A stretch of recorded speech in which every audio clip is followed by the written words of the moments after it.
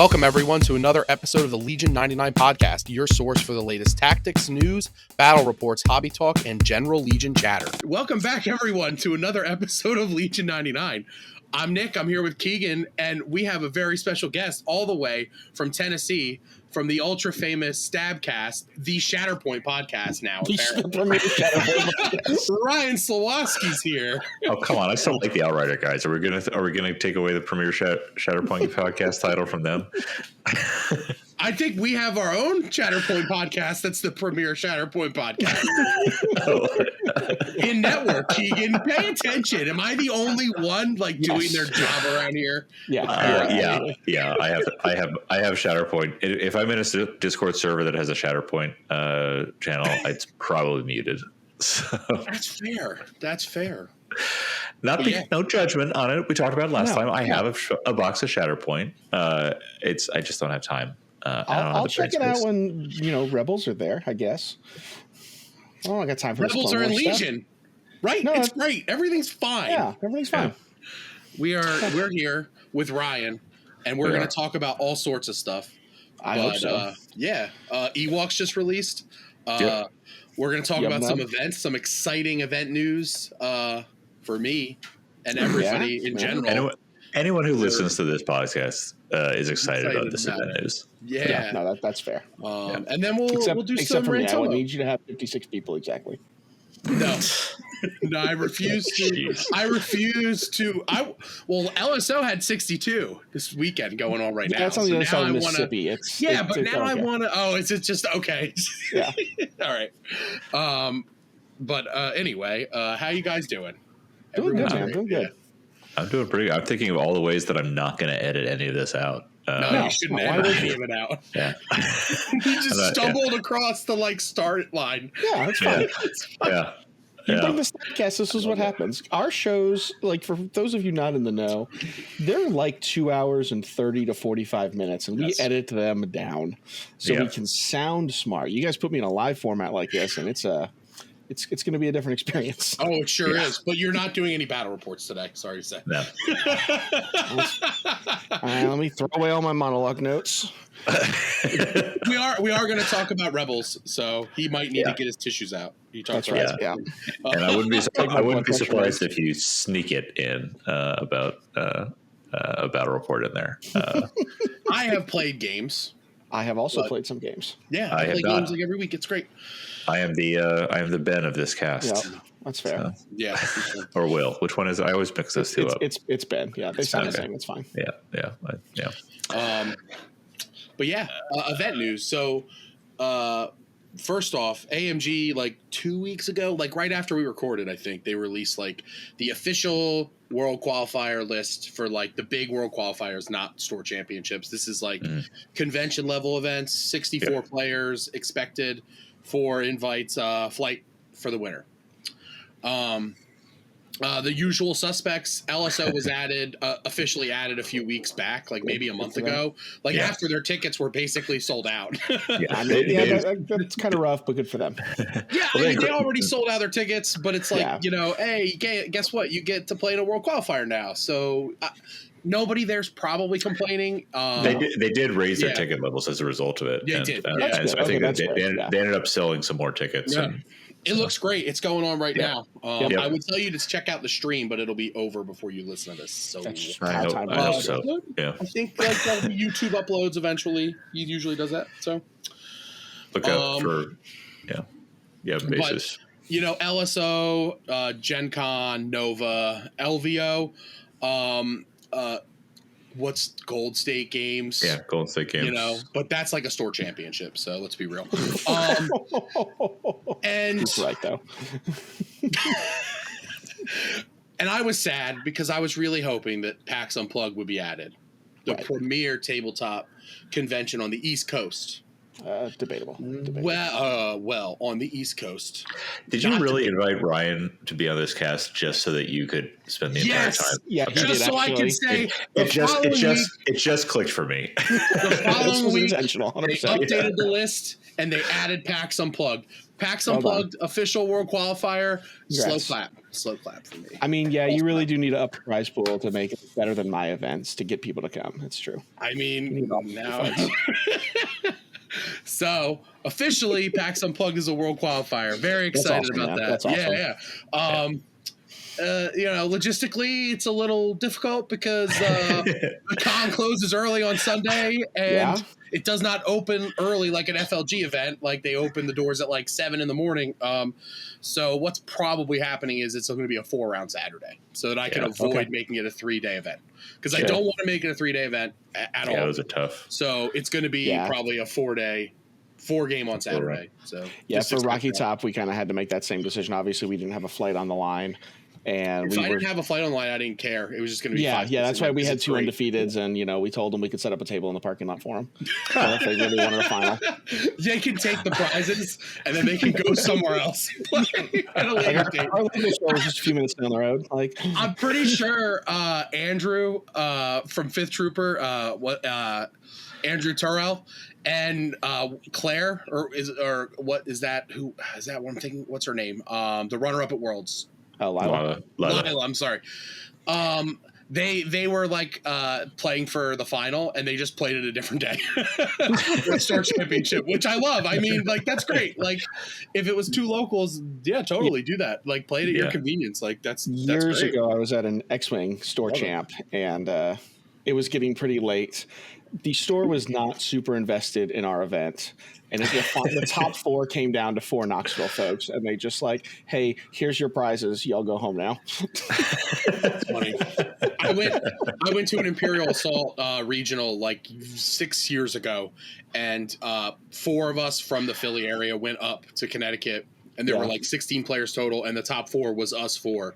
And we joked around that like we're just gonna have next year's in Philly. We're just gonna move it next year. Like y'all lost your event, it's ours now.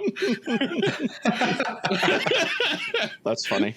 But PAX Unplugged gonna be great. 64 first weekend of December. Yep. Yeah. I think the dates are the 2nd and the 3rd for the Legion event, but obviously you should come in for Friday if you can because the con's awesome. Yeah. Hoping to see both of you there in some form or another. I will be there, and I'm not going to be able to play, but I will be wandering through. I talked about last time. I'm going to be in town for a wedding actually that weekend. Nice.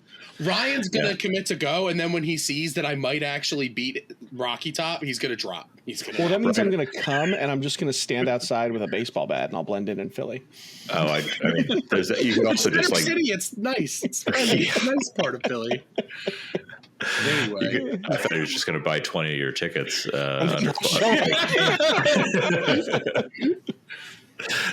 Do the old TikTok at a Trump rally trick. That's right. All right, well, where's my pen?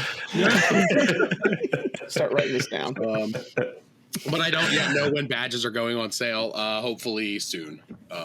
Keep an eye on the channel and TLD. We'll probably tell everybody when they do. I would hope that you do. Yeah. I don't have a date. It's not even me like lying. Like I actually know it. I don't actually know. They were like, no, we don't know yet. It's like, well, we got the world qualifier, so it's great. Next, news. Oh yeah, we got a whole bunch of news. We got a whole new Battle Force for Empire. I mean, that's just a Tuesday now. A new Battle Force for Empire. Yeah, I mean, they really needed to help everyone. They did. They did. So Tempest Force. Yep. Commanders. What is it? 0 to 1. You can take an officer, basically. Is it heavies? It's you don't have to take one because you do, but you don't because you still have to take a commander. But Commander Farquaad. You can use Commander Farquaad. Yeah, but he's the field commander. Yeah. Yeah. So a field commander is still a commander, right? Farquaad. Yeah. No. Well. Yeah. Yeah, well, every other Battle Force field commander. Want to go with the rules here, but yeah.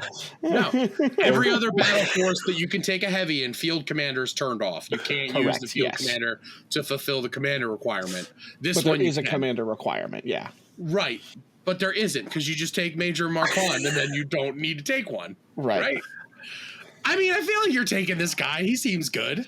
He seems pretty good. So it's in a print and play Battle Force. There's no cards you can buy. So we should have actually done show notes on this. Why? This is great. to have that rule, so we don't have to. Here's what I'm going to do. If I remember, I'm going to start the segment of us debating this with the rules pasted up, so our YouTube can clearly see how we don't even know the rules that we don't know what the hell's going on. Yeah. I played Rebels. Y'all brought me for this. I mean, we have to talk about this. It's relevant. Too relevant. They're just going to scout 2-3 ATSTs up and use their grenade launchers and ignore all of our cover, and then we'll just die. That's right. I'm trying to get to the Tempest Battle Force rules, but they still have the brackets with insert link in the preview article. I'm pretty sure I know it off the top of my head. I've looked at it enough. Yeah, okay. I found it. Okay. Yeah. I've got it. You found it. All right. You can read it off then. Mr. Professional right over there. Oh, in his nice office. He's got a bookshelf with books on it. This guy knows how to read. Actually chosen books. Yeah, I don't know how to read at all. That's why I can assemble minis, because I just look at the pictures. You don't have to. That's right. It's all pictures. But where do you get the pictures for the ATS instructions? I make Mike send it to me. I'm like, Mike, do you know where this is? He does it. I don't. Moon must be in some state, because I'm the one out of the three of us taking shots at instructions and postings. Okay. This is me and Ryan. This is long overdue. Me and Ryan getting together. We talked about it for a while. Oh yeah, no, you two just have the natural chemistry. This is just my insecurities coming out and me grasping for attention. All right, what am I supposed to be reading? Something about Tempest Force? You wanted to read off the Tempest Force? I need to look at it, because I've only looked at it once before. It was more me externally processing that I was looking for the damn rules. I can't vehicles can scout. I can see it in my nightmares still. Yeah. Okay, so if you don't have a comms upgrade, you don't get to remove suppression. So you're an Ewok unless you play 3 points. And also get transponders, which are pretty good, I've been told. What else is there? There's the ATST. He's Chewbacca without the utility keywords. Same weapon profiles. Same weapon profiles. He has direct vehicle. Yeah, that's right. He has direct vehicle instead of Inspire. And field commander. And surge hit instead of surge crit. Yep. And field commander. Right. I do want to just so that I have a point where I put this visual up there. The rank requirements, there is a commander required, 1 to 2 commander units. There are no operatives. Special forces is 2 to 6 special forces units. That's kind of special. Core must include. Yeah. Was that pun intended? Yeah. It's a nice office. I'm still a dad with dad jokes. Core is 1 to 3 core units. Support is may include up to 3 support units, and heavy. This is the fun part. Each army may include up to 3 heavy units. Yeah. We're going to skip over skirmish because the only place skirmish ever comes up is the bottom right corner of Battle Force rules these days. I think you guys hit all the special forces things. Oh, no. Okay. So, Scout 2, the whole thing about command or the comps upgrade. But then there's the set aside of the special forces and the support unit. You get to play rapid reinforcements, Yeah. So during setup, start to deploy units, you can set aside 1 friendly special forces or support unit, marking the unit with a condition token. Yeah, people have condition tokens still. When you draw an order token with a rank that matches a friendly set aside unit, if you cannot choose a unit on the battlefield with matching rank, it's like Brian said, it's rapid reinforcements. So you basically always have permanent single rapid reinforcements for specifically special forces or support. What are you using? What are you going to play in your rapid reinforcements, Ryan? I'm not. Yeah. I'm not. I'm sad. Yeah. Oh, okay. Yeah. So sad. All right. So that's the organization of it. What else? What else do we get, guys? Pain. Yeah, lots of pain. Scout Tube on an ATSD is crazy, guys. It is. I will say, I do think triple ATSD is going to be a trap. You think it's going to be? I think it's a trap. I think it's going to be one of those lists that is like. We were just talking about this while you were struggling to get in. I don't know. I'm optimistic that this is going to be one of those hyperbolic. Oh my God, Din Djarin's rifle is going to ruin the game. Right.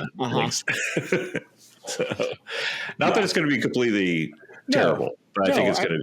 It's not going to be. I think the triple bike, double ST, or even triple bike, single ST with a whole bunch of scouts is actually going to be spooky. That sounds scary to me. Because some of the command cards, and I don't know if we want to go through all 6 of them.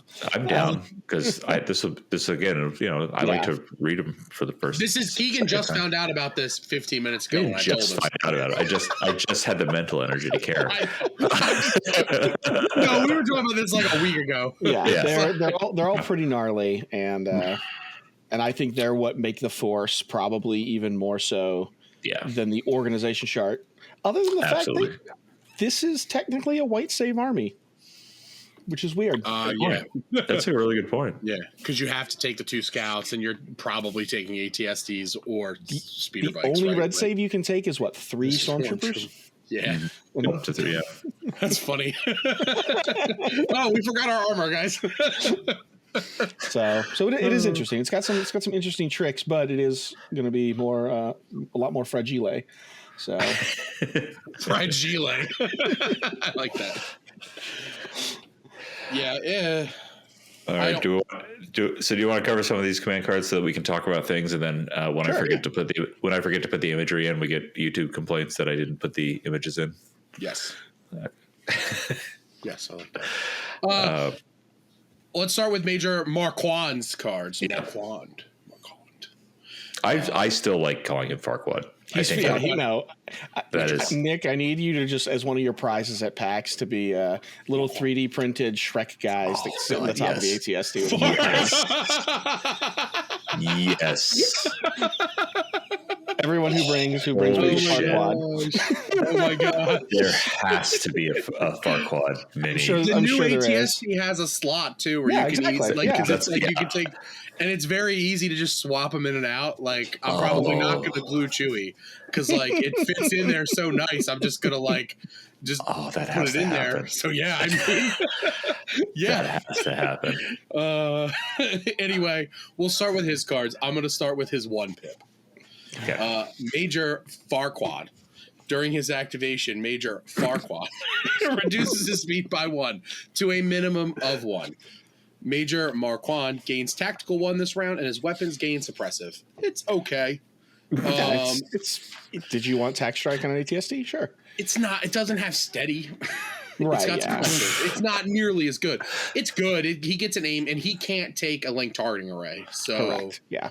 It's it's good because he's going to have an aim, and then he's going to get to add suppressive to his weapon. So you shoot 2 things, you give out 4 suppression, you have an aim. It's pretty good. So to pull the STABCast thing and pull us down a red herring trail, how do you guys feel about the design space that they've been using more and more frequently of no upgrades? With Chewbacca, him, 3PO, it seems like something they're doing much more frequently. I like it for print and play a lot. Sure. I mean, if you've noticed, we haven't really gotten new upgrades except for correct. It's armament upgrades for Din's weapons, super special the unique, things. Yeah. Right, that's the word I'm looking for. Unique. I don't know. Okay. Yeah, I mean, I'm okay with it. It keeps it simple. It makes it very simple. You don't really. It's you're taking this unit. You don't have to think about the upgrades. There's no decision tree after that. It's just you're taking him or you're not. It's the command cards. From I like it for 2 reasons. One, I have this natural reaction whenever someone says design space to immediately get prickly and defensive that they're about to say something incredibly pretentious and narrow-minded, using the term design space to say this is a terrible design space that's going to ruin the game, which leads me, contrarian who used to play Jin, and Biston before it was cool, goddamn zealot, into you know, it's totally fine. You're just using that for whatever. So that's one reason. The second reason I like it is actually just a lot building on what Nick just said around the simplicity, and it's both simplicity in play for us, the users and customers and players, and not having to think more beyond it. But I also have a sneaking suspicion that we are at a point in the breadth of options in this game where it's really, really hard, frankly, to consider all the different combinations in design interactions and things. And so this creates the ability to do a lot more neat thematic variations and for units to do something that is a cool combination of stuff without adding additional risk of of unintended consequences. Well, and kind of tacking onto that, I think, to that looking backwards is definitely true, but also like for me, it's future proofing. Like this guy's not going to get better when they drop some card down the line that has some unintended consequence. Yeah. He's like being, and because he's just locked into this battle force. That's it. Like you're done. Like you're not going to see him anywhere else. Yeah. It's neat. It saves the trouble of, I have no sense of time as listeners know by now. 3 or 4 years ago when, now I'm going to forget it. Situational awareness first came out where it had to be, it's 2 points for everyone, but Tauntauns it's 6. So, being able to simplify future design through that, I think, I'm good with it. And, I think it's a neat thing that they're doing, especially for. We're not getting a box, obviously, for Tempest Force, but I would love to see stuff like this in those boxes where you can just like, here, new player, here's some stuff. You don't need to make all these upgrade choices and keep track of what these keywords mean. It's all just, right on the tin. Yeah. Good question, though. That was less of a red herring. Now the STABCast thing is like, where the hell were we before we got off the trail? We were reading one card and loosely talking about another. We'll go to the next one. Squadron on Me, Major Marquan. At the start of Major Marquan's activation, each other friendly vehicle unit at range 1 of him may perform a free pivot. Then they may make a speed 1 move. That's pretty good. That's pretty good. That's good. Pretty good. Like, oh, you tried to flank me? Not today. Not today. Especially on those big bases. Yeah, that speed 1 is not insignificant. It could be really good on. It could be really good for speed bigs too. Yep. Fun fact: I think I admitted this on this cast sometime in the past. Both, and this applies both to the 1 pip where the ATST would drop down to speed 1 and this one. I played a game against ATST sometime in the past year, and I had completely forgotten that they were actually speed 2. So, like them being speed 1 feels like not a big deal because they still are going to haul ass around the field. So. Yeah, for sure. Yeah. Especially, the 2 pip basically more than makes up for the lost distance on the 1 pip. Yep. Yeah, and I think the thing I actually really like about this card is I'm glad it's not when he's issued an order at the start of the round. I like that you kind of have to timing window it behind his activation. Yeah. Yeah, that's cool. Last one, Armored Cavalry. 3 vehicles. When another friendly vehicle begins its activation at range 1 of Major Marquan, it may choose one of the following effects. If it is in his front arc, it may gain 1 dodge token. If it is in his side arc, it may gain 1 aim token. If it is in his rear arc, it may perform a speed 1 move. Another just constantly moving around. Yeah. Like vehicles that are just getting free moves. Pretty powerful stuff. Yeah. Not something we've seen with like vehicles really. Like, how like powerful like No Time for Sorrows was and still is, like arguably like this is like it's that on steroids with bigger bases and more durable targets for sure. Yeah. I also like the heavy thematics around this of where it really centers on this individual leader and like the presence around him. So that's tied in across all of these. I like that. Does somebody want to take the generic Tempest cards for me?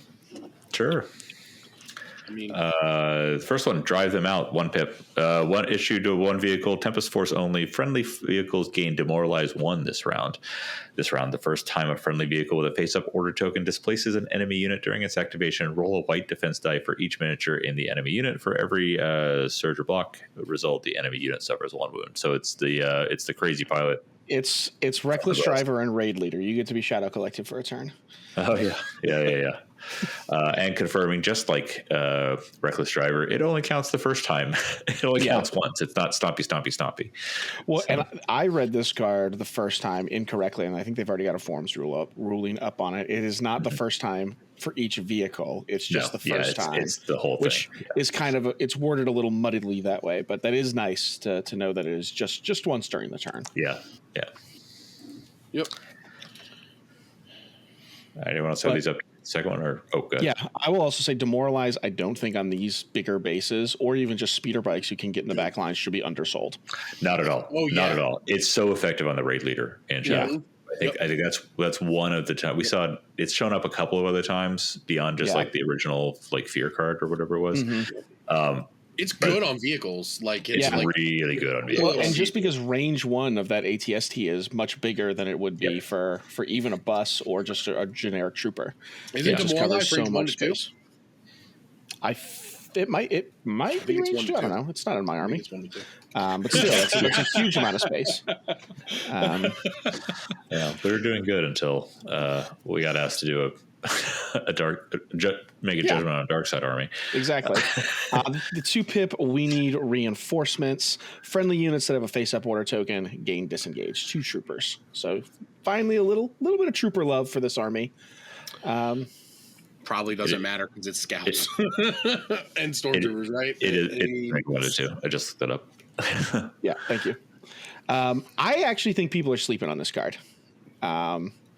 I think you're going to slot this in when you're playing against a Jedi who's going to use force push to bubble wrap your units around them to where vehicles can't dump giant dice pools into them, and you need to be able to get out and get away to where they just can't immediately follow. Yeah. It's basically a lot like the Super Tac 2 pip. Yep. In that it's only the units. Oh wait. No. Well, I mean, are you putting HQ uplinks on scouts? I mean, you got to take. I mean, you could because you got to take comms upgrades. That's a big brain play, I guess. That's like I don't know. That's interesting. But I don't think you're going to need more than 2 options because this is going to be the interrupt for the Jedi last first. They go last, charge some dudes, and then they're about to go first, and whoever he dives into after that move.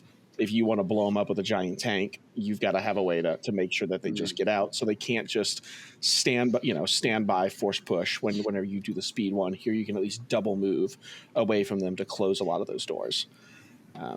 I don't think it's necessarily an auto include, but I don't think it's just put pin down in its place. No, I'm with you on that. I think this is. I don't know if I'd call it auto include, but it is.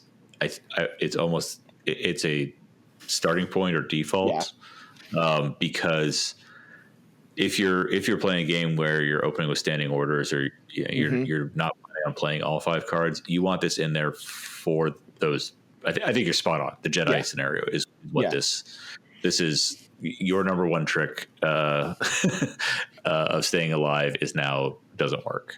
And because the other goofy thing I think you can do with disengage is if we're seeing less and less Jedi that have force push up always all the time. Yeah. If you can catch somebody, you can spend a standby to interrupt charge. Yeah. Right. So, not to say that you're interesting. Yeah. Oh, okay. So they charge in, but you disengage so you can move away. Yeah. Your opponent kind of has to let you do it to them, but just the threat of it may also change their plans. Yeah. If they're not just a single move away. Right. It changes the map. It makes being a double move away more valuable. Yeah. Yeah. That's a cool card. I really like what it's doing, especially in this battle force, to give a little bit of something else to the troopers. Because spoiler alert, the 3 pip card doesn't help troopers either. So, Yeah, this is I like it. This, you know what this has the feel of? It has the feel of the situational value of Jin's 1-pip, where it's not going to be a killer move or even really super valuable. Some games, a lot of games. When you have it, you're going to win a game. You have it, and it's you can do some really cool stuff with it. And when you know how to use it. Sure. Yeah, it's also fair. This one's going to be tough because it's going to take a lot of practice, I think, to really flesh out and have instinctively to recognize the scenarios that's valuable. Yeah, being able to recognize and also being able to engineer those scenarios to where hopefully you see it coming and your opponent doesn't. Yeah.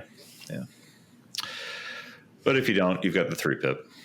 This thing is disgusting. I think when I read this, I threw something against my wall.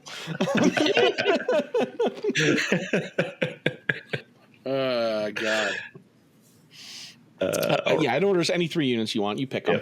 And when a unit's issued order with this card, it gains an aim token for each unit at range 1. If it didn't get any aim tokens, each enemy unit. Thank you. It gets a standby token. Pretty good. Yeah, all those standbys that can totally be stripped off your vehicles. I mean, this is obviously for scouts, right? This is obviously intended for scouts. No. It's. I mean, this is disgusting. a really powerful card. Yeah, I'm glad it's. It's on a 3-pip, so the stamp it's even better, right? Yeah, it's even better. Most of the time, your opponent's gonna be playing a card. Maybe your opponent's playing a card. They're playing like a 1-pip or something. Their dive card, and you just play constantly alert. You get standby on like 3 ATS. Yeah, or they dive. Going back to our last conversation, they dive with their melee threat. You play the 2-pip at the move your troop, disengage your troopers at the end of the previous round, and then drop this. And Jedi is now in no man's land, surrounded by some standby tokens. Yep. It's gross. Yeah. Yep. It's pretty good. Tempest. It seems cool if you're into that. I looked at it and I'm like, I don't have the units to play this. Even if I and scouts are the most miserable thing to paint. They're the most miserable unit to paint in this game. I will die on that hill. They are the worst thing in the world to paint in this game. So I own, I think, 2 strike teams for Empire. I never painted the other scouts because it was I was just I hated them so much. I don't even know where they are. I thought about it. I don't know where they are. And I was at my LGS the day this dropped, and I'm like, maybe I should buy some scouts just in case. I'm like, F that. I'm not painting any scouts. That's hilarious. I was like, this is just not a battle force for me. I'm pretty sure I painted 2 units of scouts when they first came out, and hated the paint job. It's the only units I've ever tried to strip paint. That didn't go well either, and I was just like, fuck it. these guys are just staying as they are. So I mean, it exists. I think there's one. There's one at Lone Star right now. One Tempest. Yeah. I heard about a small tournament in Oregon, I think, that's going on that has 2 right now. I don't know if they're triple ATSTs. So. And I do think there's going to be lots of different ways to build this army, which is one, I kind of feel like a lot of the battle forces, there's a correct configuration and how to build them. This I can see just a single ATST and lots of scouts and bikes flavor of this list. Right. We know how bad multiple bikes can be from Blizzard. Oh, for sure. And so, there's a lot of, there's a lot of people who are at the top end of the learning curve on flying 3 or more bikes together. I don't think you lose that much by taking off a 4th bike. It still functions the same way and has the same kind of hit. You're backing it up with the power of this list. The only thing is, I think this dropped at the wrong time in the meta cycle because if ATSTs are effectively 14 crits to bring them down. And Dark Troopers are 20. So if you're coming prepped at all for Dark Troopers, you're going to be able to kill these things. No problem. Yeah. The third, I think, tips it, though. And it's the third, having the third in there, I think, But then if you go all 3, there's nothing behind it. I know. Yeah, I know. Yeah, it's a lot of points. I am just scanning the various, I think, between what we're seeing at a Lone Star today and I just saw some conversations about some other lists. I think Tempest lists are not they're not plowing through the field. Sure. So now a lot of that could be it's brand new, and people will figure it out and get better with it in practice. Yeah. Figure out what the best version is. Yeah. All right, so that was Tempest and news. Do we want to cover anything else on that? This is not. It doesn't sound like it's getting you to convert to the Empire and sell your current. I own Empire. I dabble everywhere. Yeah, but my heart's always with the Rebels. And my heart's currently with the Ewoks. Of course. I need to pick your brain on that at some point. I've not wrapped my head around them yet. What better time than the present, Ryan? Segues. Because we don't have battle reports to take up another hour. So we are going to talk about our first segment. Ewoks are out officially. They're out. They're out. They're like, I painted some. I assembled my Chewie ATSD today. There you go. He's great. You did all that. I added boxes to my pile. I'm going to go pick up mine probably when this cast is done. Nice. That's great. Oh, I should mention for anyone in the Bay Area, Game Castle Santa Clara is having a really cool event next week, and it's a speed paint competition while watching Return of the Jedi. So they've got that's awesome. They've got primed Ewoks. Everyone who signs up for it and goes to it gets a single brown primed Ewok, and they have the duration of watching Return of the Jedi to paint their Ewok. I mean, if it's already primed, dog. People are not you, Nick. No. All right. Let me talk about. So, I really struggled with, and I'm talking to Jay a lot, because if you listen to Scoundrels, you know that Jay It was the one thing in our contract. We had to actually respond to him when he says hi. All right. That's our deal breaker for me, dog. Also, if you love what we do and you love the cast, support us on Patreon.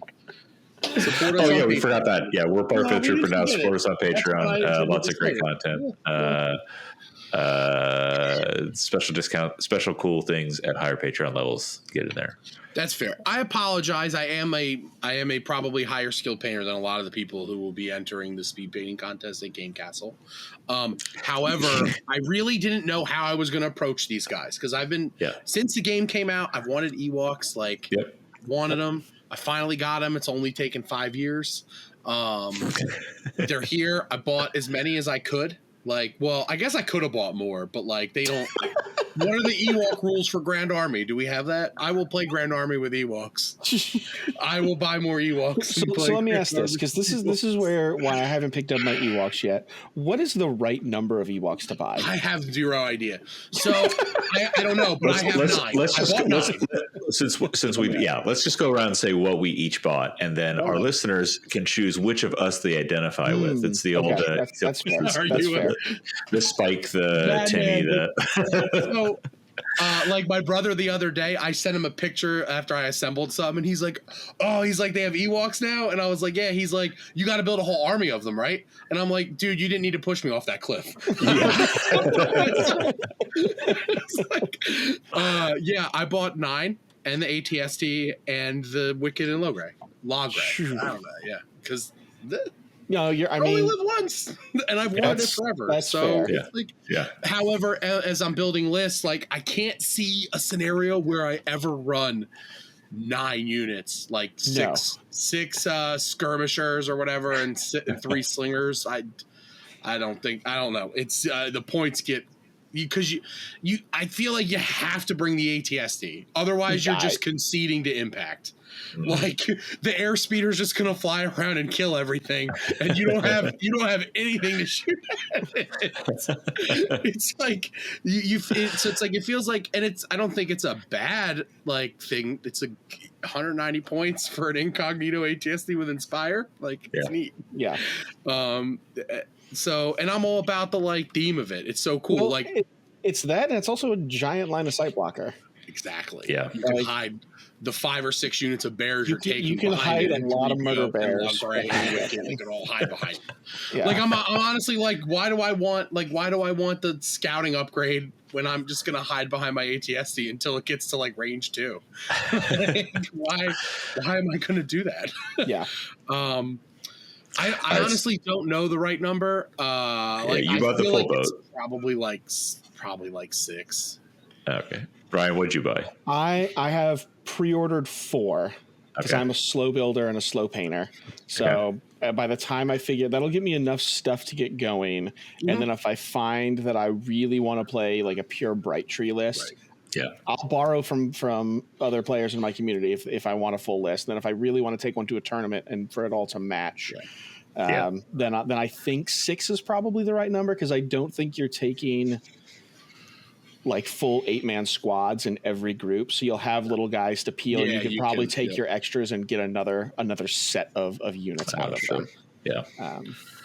So I think 6 is the magic number, but I'm starting with 4. Taking Ryan's point about slow build and paint to my recognition of what's behind me, I got 2 boxes of the Ewok dude, and I bought the low gray and Wicket box. I opted not to buy the Chewy box right now. You're looking at like these are mercenaries. If you've already got an Imperial ATST, I don't think there's much reason or need to. And my Rebel Army is already not unified basing anyways. Man. And then I will admit, in the store they had, I had mine that I pre-ordered and picked up, and they had display out there, and I was like, I almost grabbed 2 more boxes of them.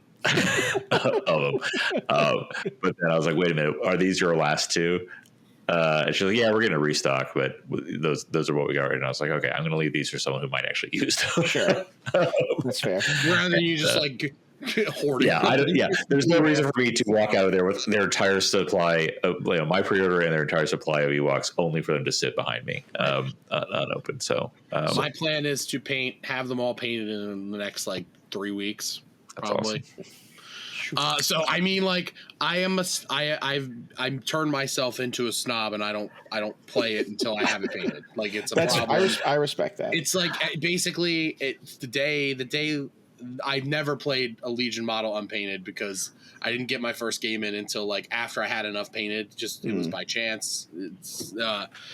So at this point it's and I was it'll probably be a few weeks before I even play my Ewoks, because I'm not really looking at I haven't really looked at lists with using them as mercenaries yet in Rebel lists. I think Wicket's going to be gnarly. I do too. I don't think he's amazing in Bright Tree. I think he's pretty amazing in Rebels. No, I think he's the worst. I think he's the worst of the 3 Bright Tree, exclude Wicket, Logray, 3PO. I think he's the worst one of the 3 in Bright Tree. But I think it's I'm still going to take him because it's Wicket. It's Wicket. It's Wicket. I can say I've put a couple lists together with Ahsoka, Wicket, and it is just gnarly. It seems good. So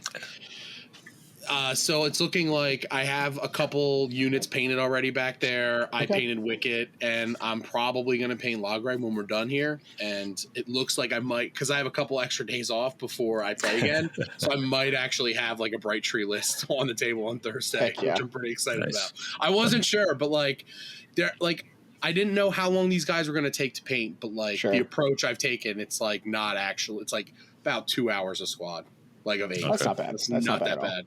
Because I Zenithal primed them, and then I did 2 or 3 with a base coat of this color, 2 or 3 with a base coat of this color, the rest with base coat of this color, and then I just kind of dry brush different colors so they all look different. And then you paint their hoods and then their weapons, and then add your wash and any highlights you want to do. It's really not that bad. Wicket took me would have taken me 15 minutes if paint dried faster. But it was the paint wasn't dry, so I couldn't continue. It was weird. But yeah, I'm obviously very excited, and I obviously jumped off the cliff very quickly. That's fair. But it was going to happen. The other reason, and maybe this is going into far-fetched land, that I think you probably shouldn't buy all 9, maybe 6 is probably the up end, is if you guys go back in the Wayback Machine to 2 or maybe even 3 Gen Cons ago, this is, I believe it was still under FFG at the time, but there are Ewok Minis that we have physically seen, gliders and a little catapult thing, that have not been talked about or announced. So either they could have completely gotten scrapped, but they displayed models at one point of Ewoks that we haven't seen yet. Oh, really? They did? Yeah. I mean, fine. Give me it all. Give me it all. They're this first time we see it's sometime next year or the year after, God knows when, that we might see a Battle Force get expanded, which would be interesting. That'd be cool. Yeah, that'd be cool. I'm right now. I'm not sad I bought all 9, but it's also like you can assemble them all as either spears or slingers, right? Right. So like what is it, like the leader and then like the other 5 minis? It's like they either can take the leader takes an axe for some reason, which is weird to me, which it does bother me because he doesn't actually have an axe. You can't give him a spear. You just give him an axe. Right. It's weird. But so it's like I will have like 6 units of spears and 3 units of slingers. So it's like for my OCD, it's perfect. For my wallet, not so much. For my painting queue, we'll see. It's it never ends, but that's fine. All right. So with our spread of how many you may or may not buy, whether you are a Nick, a Ryan, or a Keegan, how does this? Let's move on to our main event, which we've of course managed to be 40 minutes at least into this cast before starting our first segment. Thank you, Ryan. I'm just going to blame it all on you for that one. No, that's 100% what I do. Absolutely. Yeah. State of the Rebellion. Hey, I don't play Rebels right now. I have my heart with the Rebels for a long time. I have aspirations once I get my act together I'm excited to play some Ahsoka in there. She's one of my favorite characters. I'm ready for that.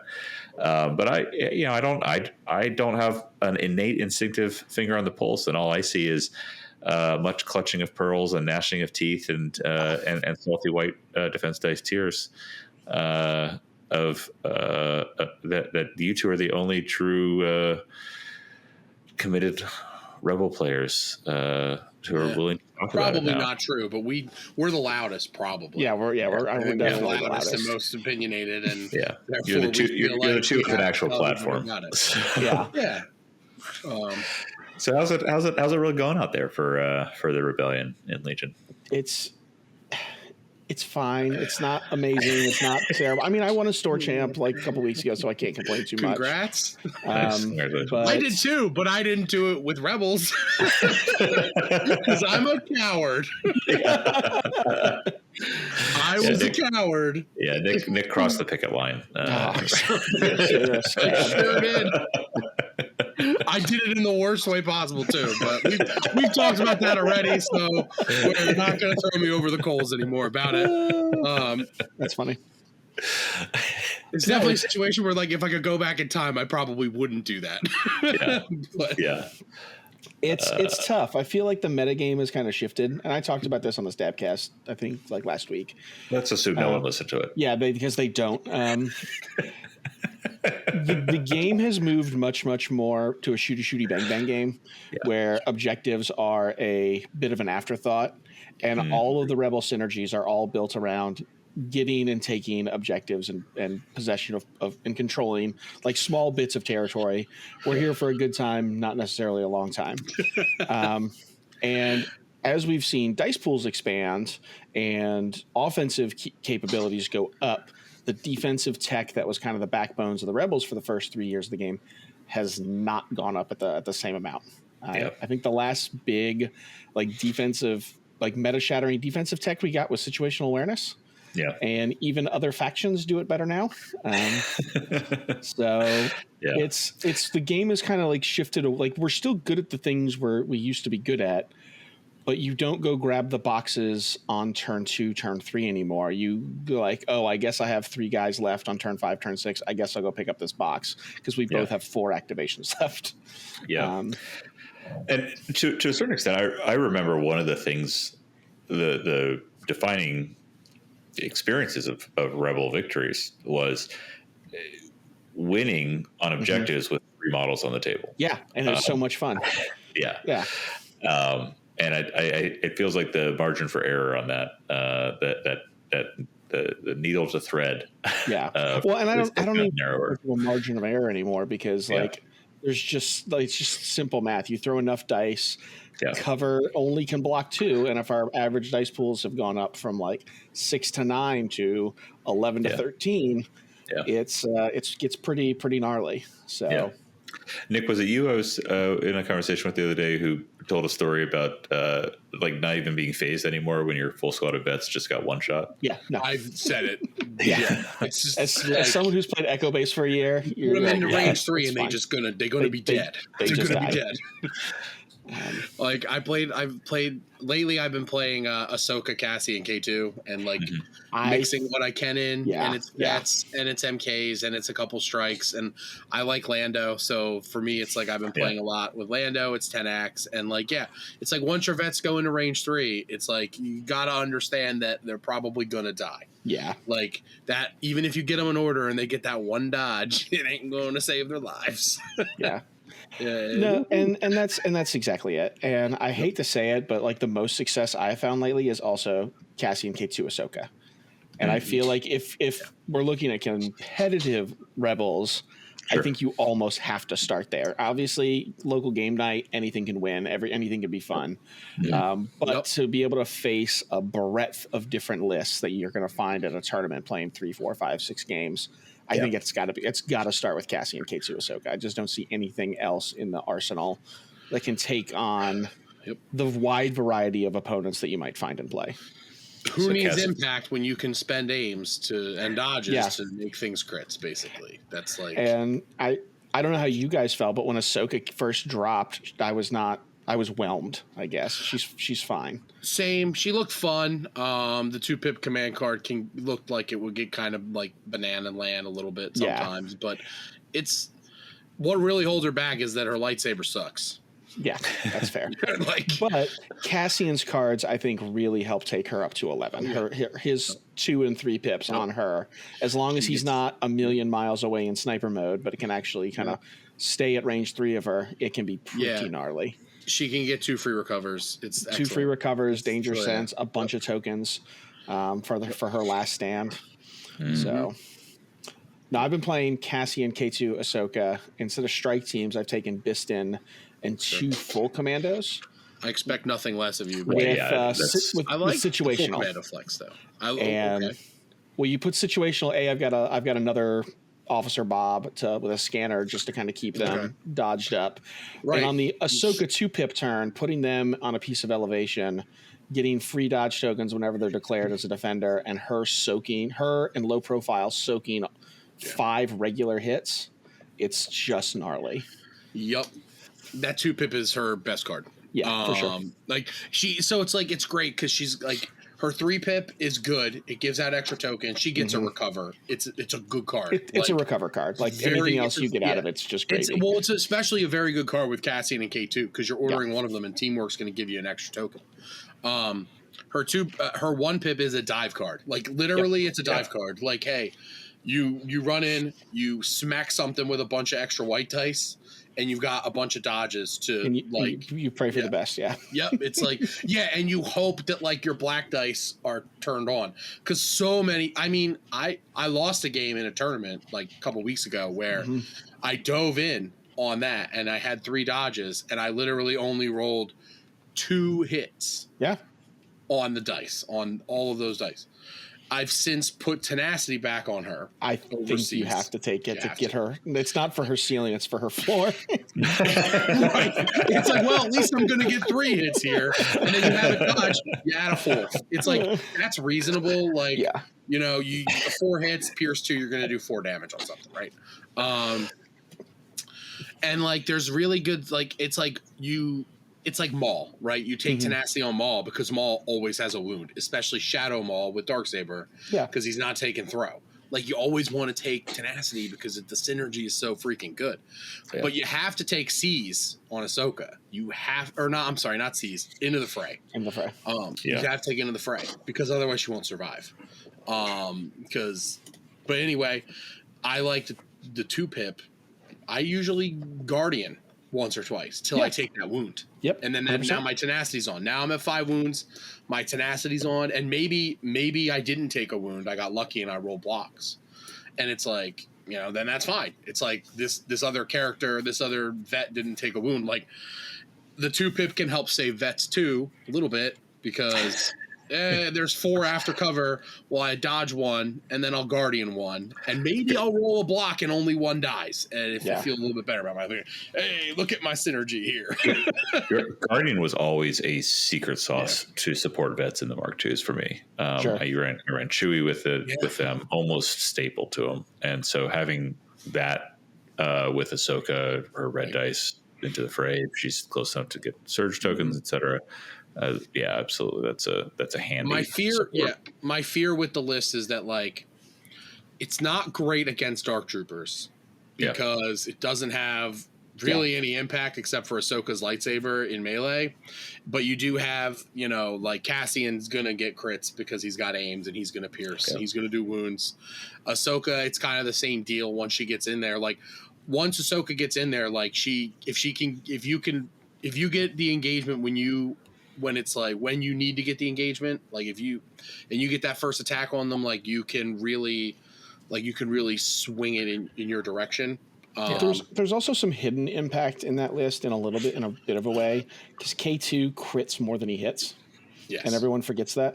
Two die faces that crit and 1 that hits. So and it's Pierce, so it's not terrible. Like obviously you don't want to be shooting Dark Troopers with him, but sometimes when you're ready to, when you need him to walk in and shoot something, you want it to be after he's got a couple of aims and like from Cassian from teamwork, and then it's like the slot machine might roll up 4 crits, pierce 1. That's a lot of damage.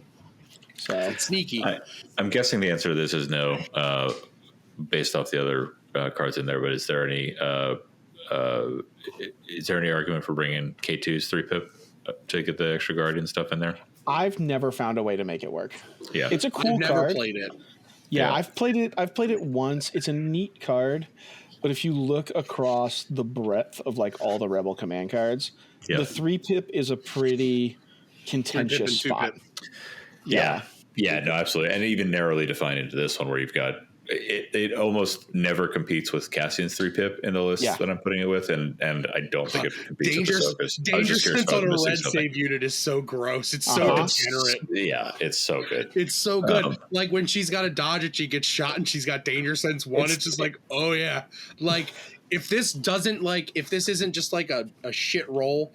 Like if it's average or above, like it's gonna you're gonna be really sad you took that shot. It's so good. And it's like Luke's 2-pip full of surprises. Full of surprises. It's like you're gonna get something. It's great. But I think the fact that we've been having this conversation for like 10 minutes and we've talked about I was going to move us on to see if there was anything else. And that's kind of the problem with Rebels right now is we have some like competitive units. And then there are just so many like DOA, like almost nearly unplayable units within the army. Are we in a situation where the Cassian Ahsoka K2 combo is the Anakin of Rebels? I think so. Yeah. I think there's other things that can work, and that's like in Republic, like you can always make Yoda work.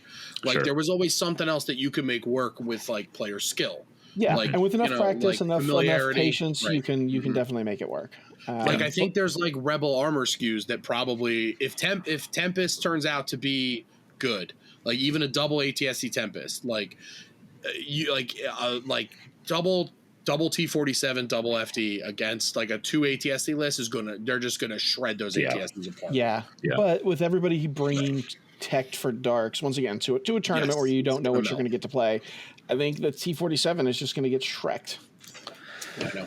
That's my fear, and that's why I'm scared of them. Like I'd love to, I still wonder if the dark. I feel like we're within a couple of months of the Dark Trooper like prevalence just fading away. It feels. I hope you're right.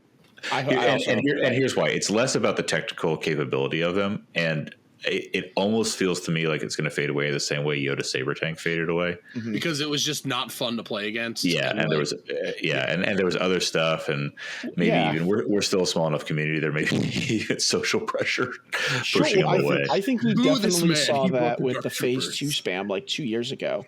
Yeah, where when the standby castles. they didn't necessarily, when that list fell out of the meta, nothing about the army changed. It's just people were tired of winning every event with it, and they were tired of being that guy. Yeah. But yeah, it's interesting. I think Mando's definitely got some love in the last update, and I think they have a place now. Yeah, it's a unit you have to be really careful with. Yeah. Like, if you try and joust with them, you're going to lose. You're going to lose. Because they're going to roll blanks, and you're going to feel really bad about losing a 25, 26-point model. Yeah, when you're paying 25 points per wound, it feels a little bad. Yeah. But I think AMG or whoever we want to attribute this to correctly recognize that somewhere over the past year and a half, Rebels lost their faction identity. And like win the game with 2 models on the table or the really cool command cards, because all the command cards started getting way more and more complicated. Yeah. Yep. And we've found ourselves with the T-47 changed. I think this new Chewbacca is a good example. The prevalence of Rebel vets. We're just the crit faction now. Yes. Yeah. And it feels really boring because we have everything that surges to crit. We have tons of critical, like the list I won the store championship with and played at Worlds has crit 12, and it's the only thing that kept me relevant. Was I distract you with tauntauns and throw crit 12 at you. And here's another question for you. Sure. A few years back, before we got the changes that Vader so desperately deserves, there was Empire was in a really they were in a very bad place. Yes. Most people stopped playing. There was arguments. Oh, look, Empire's not even showing up at these tournaments. Empire's not winning. Sure, yeah. And there was, I think, an effective alternate framework of that in which it was hard. It was definitely hard. The difficulty level of playing them was way up, and many of the better players who might have been in there experimenting and finding these nuances moved on to other things to focus on. What's your gut feeling on how much of that is happening in Rebels? Like, are there not necessarily secret game changing things in there, but are there undiscovered pieces, or are you just those Empire players who outside of what Wicket or some of the new releases might do? I don't really think so, because if you and I don't want to throw people under the bus, but if you look at those same players, they played Phase 2 standby castles, they played Empire, then they played Shorelines, and they played Flamer Spiders. They just kind of hop from whatever the best thing is, and if your barometer is success, that is 100% the correct way to play, and I get that. Yeah. Rebels very rarely over the kind of life cycle of the game, I don't think really, if ever, have been the dominant faction. But this is our first time as the worst. We've never been really number one, but this is our first time at that number, 4/5. There was like a small couple months when Tauntauns first came out before. No, that's fair. That's fair. When Tauntauns but that was different. I guess it was different, and it also got hard countered in LVO. And when the AA5 came out and Wookiees were buffed, that was also a crazy time to be Rebels. Were they the best? Because I think we were still dealing with we were still dealing with clone standby shenanigans. Yeah, I feel I actually like your framing that they've never really truly been the best, but they've also never been the worst. Lists, but not the ones that the meta chasers flock to. I think the best examples is the Tauntauns, or maybe Gen Con 4 or 5 years ago, Wonder Twins. I was thinking Wonder Twins, but I almost feel like that doesn't count in the first year and a half of the game. Just because of the limited variety we had. So I wonder if it kind of adding on to your point that this is the first time that they've been the worst. Their bigger successes and things we talk about with the Tauntauns or the bus Wookiees. I wonder if there is they are one of the more likely to get something new that so severely skews from the current meta that it's more shock value for a little bit of time. Sure. But it's not like it's in it of itself dominating and sustainable, but it's shock value and needs an adaptation time, but it's so dramatic, like Tauntauns, that we remember. I mean, and maybe that's going to be Bright Tree. Maybe you just don't have enough offense. I've proxied one game with them and gotten some okay success. Yeah. I don't think it's going to be the answer. And looking at release cycles, Rebels have got. We had a drought where we did not get a lot of love, but the end of last year, getting Din, IG, and then Ahsoka, and now Ewoks. I don't think we're going to see any new blood enter the Rebel pool for a good little minute. Maybe I'm wrong. Obviously. I think that's the big concern. Yeah. So if there is hidden tech out there, someone please email me. That'd be great. And I think the people that are still playing, kind of to your other point with the people who have where Empire was, I think if you play Rebels like we play Rebels because we love Rebels, and very few people have rotated into the faction for that reason, but those same people are not going to rotate easily out unless you're Nick and really need that store champ and have to cheat to do it. It's fine.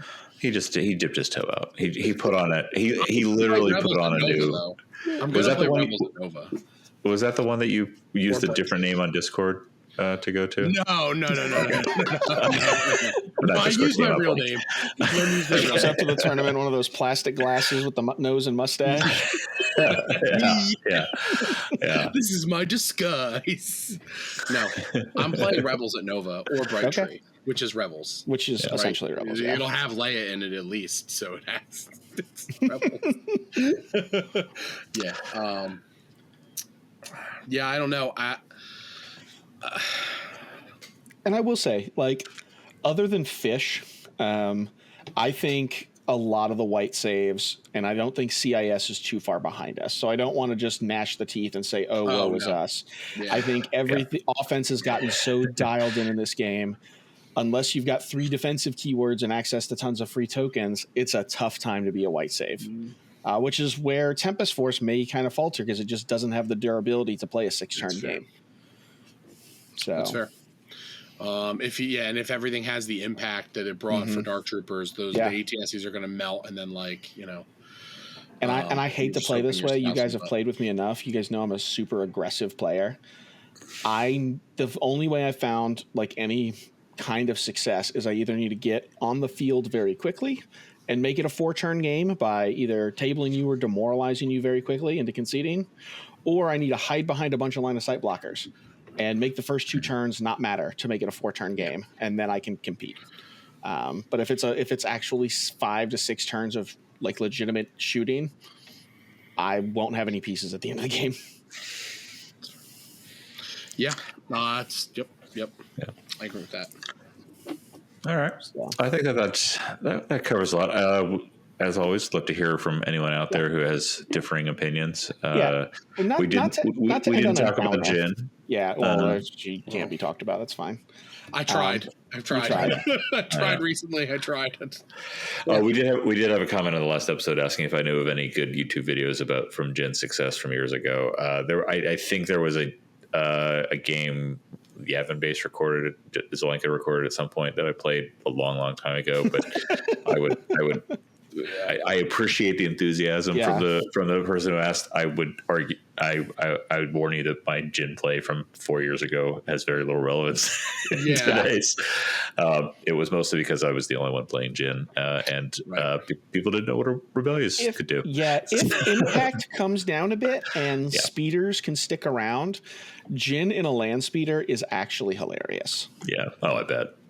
You just throw Vigilance on her and SA, and she just rides around with Shriv, who throws tokens on her, and you take K2's 5-die gun and put targeting scopes, and it is hilarious.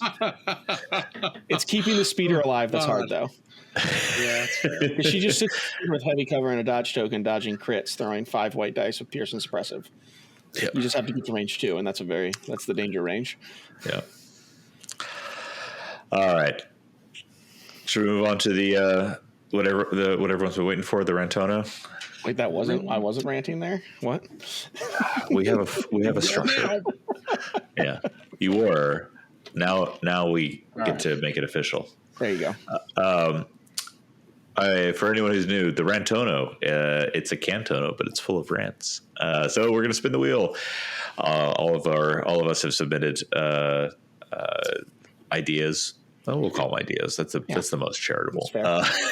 And so whatever comes up, passionate about. Yeah, that person will have 1 minute to share their passion. Making me talk for just a minute. That's terrifying. Y'all gonna have to count me down or something. Yes, I know. And I'm ready. All right. By the way, for anyone who listens and has thought this already, I do recognize that my transition phrase is all right. I'm working on it. It's not going to come down anytime soon, but I'm working on it. So here we go. That's less annoying. All right. Some of our locals have a drinking game for all the common transitions that we use on STABCast. It's great. So, I feel like you'd run out of locals pretty fast, though. Oh boy! Away we go. They yell at Jay. I should hit record first before I do this. Okay, now I'm recording. What do you yell at Jay for? Oh, they yell at Jay for being mean to the STABcast. You deserve it. It's fine. That's right. Okay, now I'm recording. Sure, fine. And now we're clicking. I put the sound effects in later, so you two can't actually hear it spinning. So make excited expressions now. First up is New Jersey Trash from Nick. Oh boy, I like the name you chose for it. All right, so about a year ago, the state of New Jersey basically banned plastic bags in stores. Like, you're not allowed to have them anymore. So basically all the stores offer like the reusable bags at the counter, like you can buy them.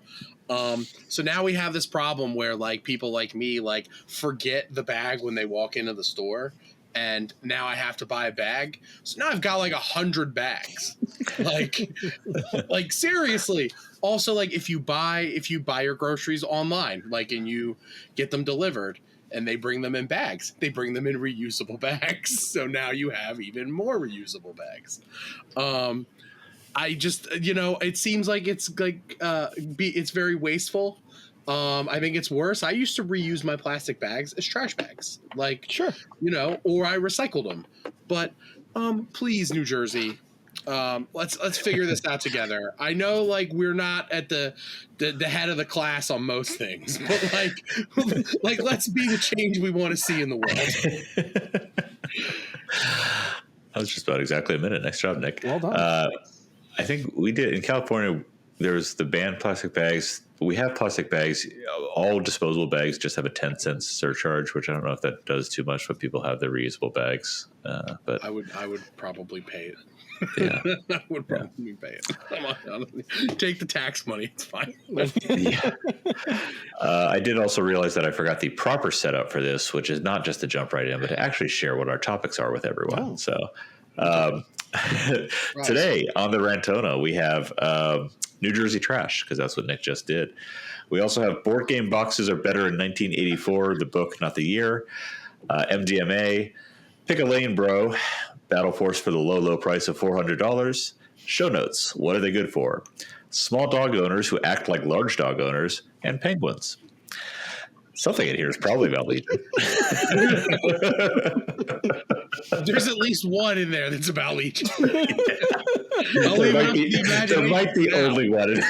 I'll leave it up to the imagination for now, okay? Yeah. Wouldn't it be great if it's not the Battle Forces box? All right. So for the second one, spin in the wheel. Damn it, I said all right again. All right.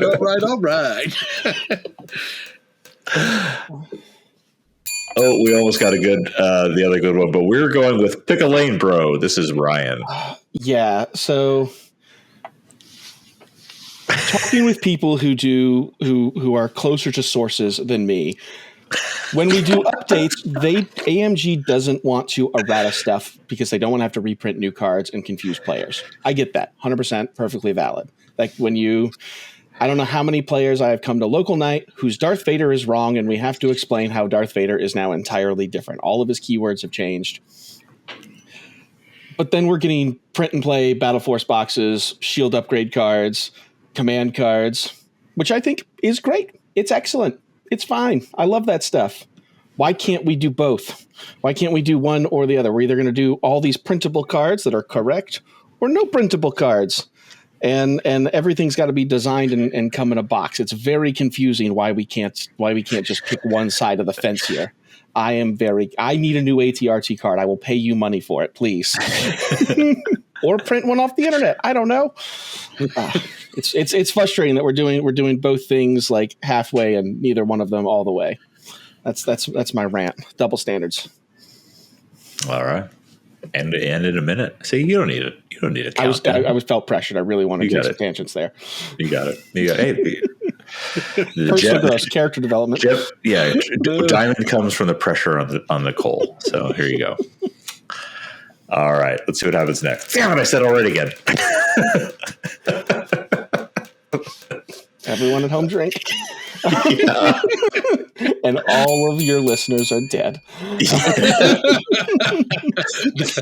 STABCast gets on top. In the meantime, what popped up was penguins, which is also Ryan. All right, I don't know that I can do this one in a minute. Needless to say, I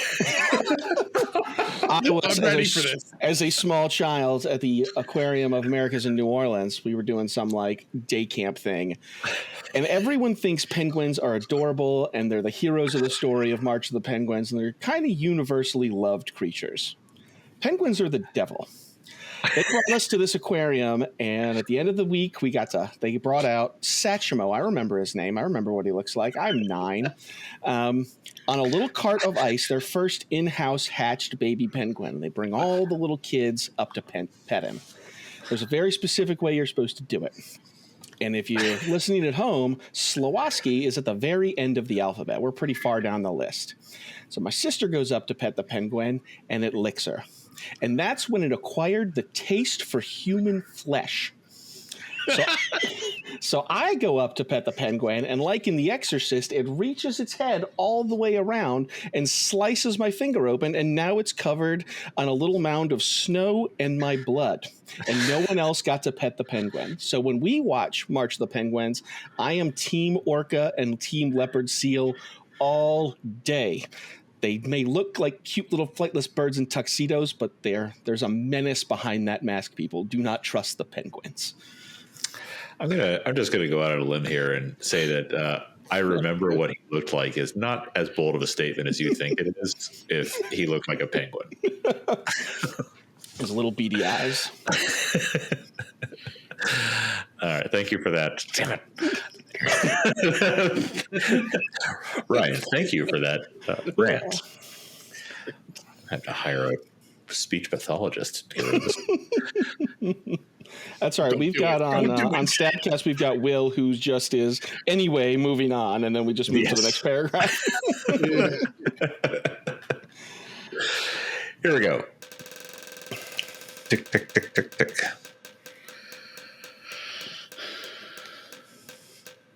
Ooh, I got to roll it again because we got penguins again. I mean, I can rant more about penguins. I'm not giving you. already said you needed more time. I'm not giving you version of that I story. gave you an extra 20 seconds on that one. We got MDMA. This is Nick's. I should also clarify, I meant to say this before. MDMA actually stands for Make Deflect Matter Again. Oh, I thought we were just talking about drugs, but all right. All right, well, we talked a little bit about Ahsoka. Jay has his limits. We talked quite a bit about Ahsoka earlier, and I said Into the Fray is the staple upgrade on her because she always has a dodge, but it turns out now that when you spend a dodge, you don't get surge to deflect and surge to block anymore in Melee, which stinks. Like, in my experience, the last 2 tournaments I played in with Ahsoka, she's getting beat to death over the course of like a couple of rounds by like 2-man clone trooper squad. She's just getting punched to death. Like, oh, her lightsaber is a pool noodle and she does 2 wounds. So there's 2 guys left. Like, oh, she'll be fine. Into the Fray triggers, I get a surge. Well, turns out that like you don't always roll a block there. You don't want to spend her dodge because you want her dodge for offense. So because it doesn't do anything in defense anymore except, the main use for it, which is to cancel a hit. Let's look at like units that only have 1 training upgrade. So, like, they actually have to choose into the fray or something better. Like Luke Skywalker, he wants to take tenacity too, but he has to take into the fray now, because now General Grievous actually defends better than Jedi Knight Luke Skywalker or Shadow Collective Maul, because Shadow Collective Maul really wanted to take tenacity too, talking about that synergy with he's always damaged. Obviously, you want tenacity on him. Nope, you got to take into the fray, because otherwise he's just going to get punched to death by some random pike. All right, I'm finishing you right there. That's good. Was that a minute or was that over a minute? That was a minute and a half. Okay, I'm sorry, guys. You were on a roll. That is one Penguin story. I never even got to Dooku. Yeah. Poor old Dooku. Neither did Maul. All right. See, you're doing it now. Got him.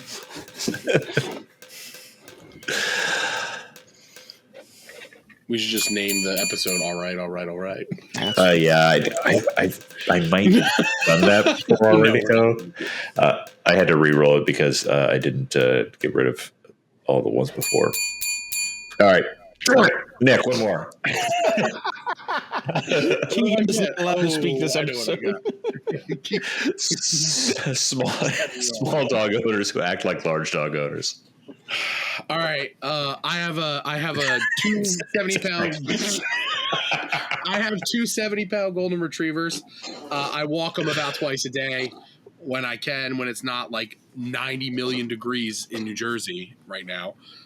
So where I live, it's residential. There's sidewalks, there's walking paths, you know. But like there's a lot of dog owners who have smaller dogs, like under 20 pounds. And what they do is that they wait for me to move off the path with my 70-pound dogs, and they just stand there at the edge of the path, like waiting for me to go by as these 70-pound dogs drag me around. And they just stand there with their little dog, like, because their little dog's yipping and barking, like, keep going, pull off to the side. Don't wait for me as I struggle to walk past you. Don't do that. It's so frustrating. I own a cat. Have a cat. If you don't want to walk your dog, get a cat. Like, I'm like Ron Swanson. Any dog under 30 pounds is a cat. Cats are pointless.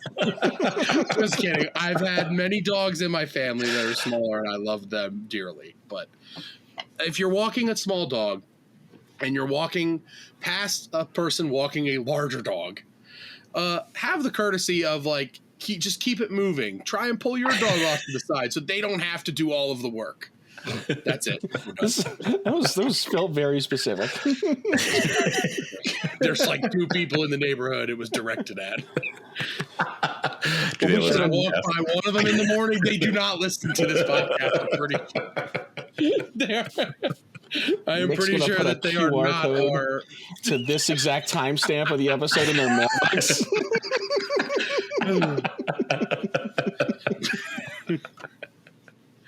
All right.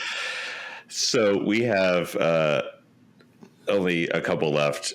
I only submitted one. I'm just going to do mine because you've both done yours, and there's it'll look dumb with just like 3 things spinning around and me trying to land on the right one. Yeah. So mine was show notes. What are they good for? It's probably our listeners can understand. Probably obvious.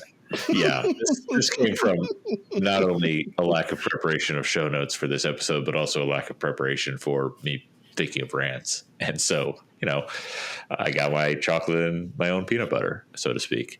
And here we are. So show notes, they're great when we have them. You know what sucks about show notes? Writing show notes. Yeah, for sure. Having to come up with this stuff. Mm-hmm. Thinking, having the easily accessible justification that most of our appeal is how personable and relatable Nick and I are when we're just talking to each other as buddies. And everyone believes that. So why have a structure or a plan or think about that ahead of time? I look back. We had show notes for the first few episodes of this new season, especially as we came in up on YouTube and Fifth Trooper. The last 3 episodes, I've duplicated show notes from previous episodes and not filled them in. I've duplicated show notes from a previous episode and just deleted it but put 3 lines in there.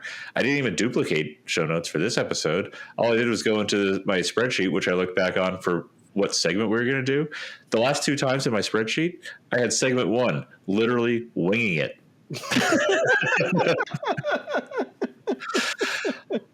So, show notes. There's your look behind the curtain for anyone who's stuck around this long. And that's Rantono. That's fun. That's fun. I like it. We're gonna wrap that up. Ryan, thanks for being a guest. Where can we find? Where can our listeners who long ago abandoned the STABCast anyways find you? Are you still are you still in their podcast feeds? Just probably, maybe. I don't know. Episodes? You can just Google STABCast, all one word, anywhere you want to find a podcast, I guess. There's usually better podcasts around, but, if you're bored and want 3 hours to kill, there you go. We're here for you.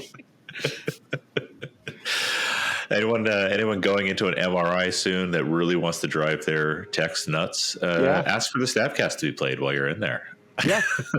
Yeah, that's a good use of STABCast. That's fair. You can always find Nick and I on the Discord, Betroken and NSB. I always forget your numbers. I just add Nick and it finds it for me. Join the Fifth Trooper Patreon. Listen to other Fifth Trooper products. Buy stuff from Fifth Trooper Game Store, where there's more Legion product to order soon, we hope, I think. I guess there's nothing on pre-order right now. It's a weird thing, right? Gen Con's coming up. Gen Con's in 2 weeks. Yeah, our hope is that there's going to be new announcements to Gen Con and more clarity there. I'll still be painting these Ewoks in 2 weeks. That's right. I will still be not painting anything back there. I've got the Crash X-Wing still in the box. There you go. It's a nice clean desk, though, man. It's a nice clean desk. I know. It's more important as a podcast background. It's a set piece, yeah. Anyways, thank you all as always for listening, for viewing, and for commenting. YouTube viewers, throw comments in there. I actually do read them, and sometimes, as you see, I remember to reference them. It's true. I'm afraid to read them. We are not popular enough for people to. And anyone who has a beef goes and comments on Fifth Trooper or Scoundrels. That's fair. No, that's fair. Yeah. All my alts. Damn it! I almost got out of there without it. Thank you, everyone.